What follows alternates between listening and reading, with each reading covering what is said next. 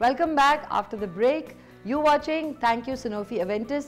आइए प्रोग्राम को आगे बढ़ाते हैं। डॉक्टर साहब, डायबिटीज किन लोगों को होने के इम्कान ज़्यादा होते हैं? देखिए, डायबिटीज़ की बीमारी वैसे तो हर किसी को हो सकती है, कोई भी इससे मुबर्रा नहीं है।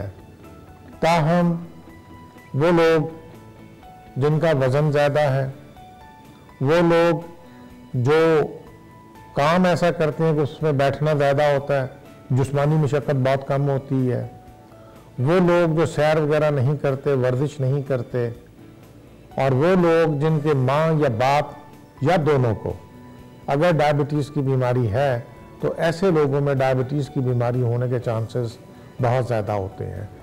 डॉक्टर साहब, अनकंट्रोल्ड डायबिटीज़ की वजह से क्या कॉम्प्लिकेशंस हो सकती हैं? कॉम्प्लिकेशन तो ये इंसान की ज़िंदगी ख़त्म करने से लेकर इंसान को माजूर होना, और माजूर ना हो तो आदमी की डेली लाइफ ख़राब हो जाती है। तो इसकी अलामतें हम जो मेडिकल स्टूडेंट लाइफ में पढ़ते थे कि diabetes is the pillar of medicine, कि ये एक पिलर है मेडिसन का, कि अगर आप इसको पढ़ लें तो आधी मेडिसन आप पढ़ लेंगे, क्योंकि ये जिस्म के हर हिस्से पे असर करती है।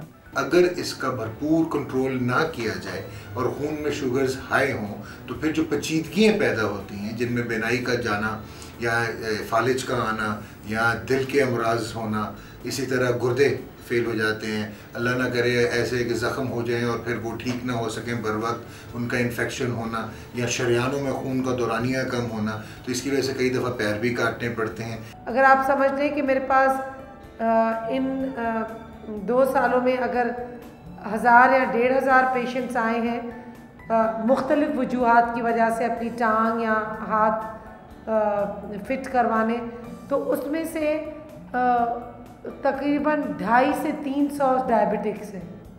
देखिए, बॉम्ब ब्लास्ट हमारे कंट्रोल में नहीं है, अर्थक्वेक हमारे कंट्रोल में नहीं है, एक्सीडेंट हमारे, ये सब एक एक्सीडेंट्स में हम लेते हैं जिसमें हमारा कसूर नहीं होता है।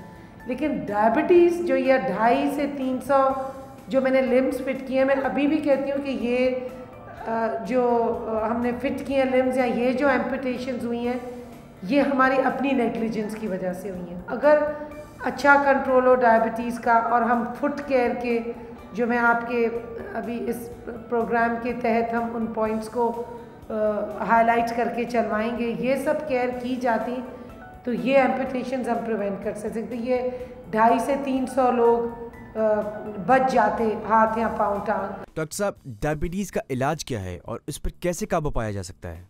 अगर किसी को डायबिटीज़ है तो फिर उसको फास्टिंग और रैंडम शुगर्स को कंट्रोल में रखना चाहिए, और हम जनरली ये एडवोकेट कर रहे हैं कि फास्टिंग ब्लड शुगर 110 के अंदर होना चाहिए, और रैंडम ब्लड शुगर अगर 2 घंटे के बाद टेस्ट करें खाने के बाद, तो वो ज़्यादा से ज़्यादा 160 या 160 से ऊपर नहीं होना चाहिए, 160 के अंदर होना चाहिए। टाइप 1 में क्योंकि इंसुलिन की डेफिशिएंसी होती है, इंसुलिन नहीं होती है, तो वो मरीज़ सारी ज़िंदगी इंसुलिन पे रहता है।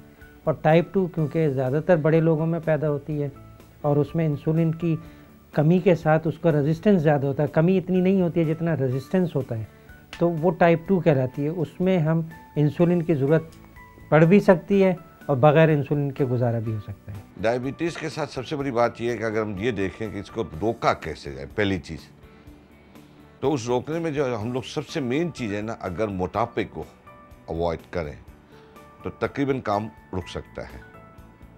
जैसे इसका जो मदीने में जो तबीब आया, 1 महीने तक मदीने शरीफ में रहा, और फिर 1 महीने तक उसके बाद जब कोई मरीज़ नहीं पहुंचा तो नबी करीम सल्लल्लाहु अलैहि वसल्लम की खिदमत में हाजिर हुआ कि क्या आपके लोग बीमार नहीं होते?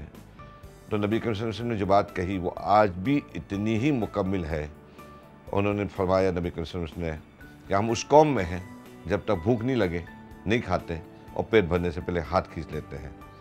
तो आज इस बात का सबूत इस तरह से है कि अगर मोटापे को ख़त्म कर दें और रिफाइंड फूड वगैरह कम कर दें, अपनी लाइफ की सेडेंटरी हैबिट निकाल दें, मतलब बैठे रहना, चलना फिरना बढ़ा दें, एक्सरसाइज बढ़ा दें, तो काफ़ी हद तक डायबिटीज़ कम हो सकती है। सुबह उठते वक्त अपने पाँव पे 2-3 मिनट ध्यान दे के उसको इंस्पेक्ट कर लें, और कोई भी पॉइंटेड चीज़ पाँव में अगर आपके चलते चलते कोई कंकरी या कोई ऐसी चीज़ चली जाती है तो कोशिश करें कि उसको फ़ौरन निकाल दें, क्योंकि डायबिटिक फुट में क्या होता है कि आप ओवर द टाइम अपनी सेंसेशन लूज़ कर जाते हैं। तो कोई भी नोकीली चीज़ या कोई भी ज़ख़म होता है तो वो आपको दर्द महसूस नहीं होता। तो अपने पाँव को ना इंस्पेक्ट खुद करें आँखों से, ताकि महसूस होने का इंतज़ार मत करें। सुबह शाम अगर ये छोटी छोटी चीज़ों का ख्याल करें और इमीडिएटली कोई चीज़ आपको दिखती है तो आप इमीडिएटली अपने डायबिटिक स्पेशलिस्ट से रुजू करें। और अगर हो भी गई है तो हमारे यहाँ ऑर्थोटिक उस किस्म की शूज़ बनते हैं ताकि वो हील जल्दी हो जाए और टांग या पाँव या उंगलियां काटने की नौबत ना। Nazeen, it's time for a quick short break. We will be right back.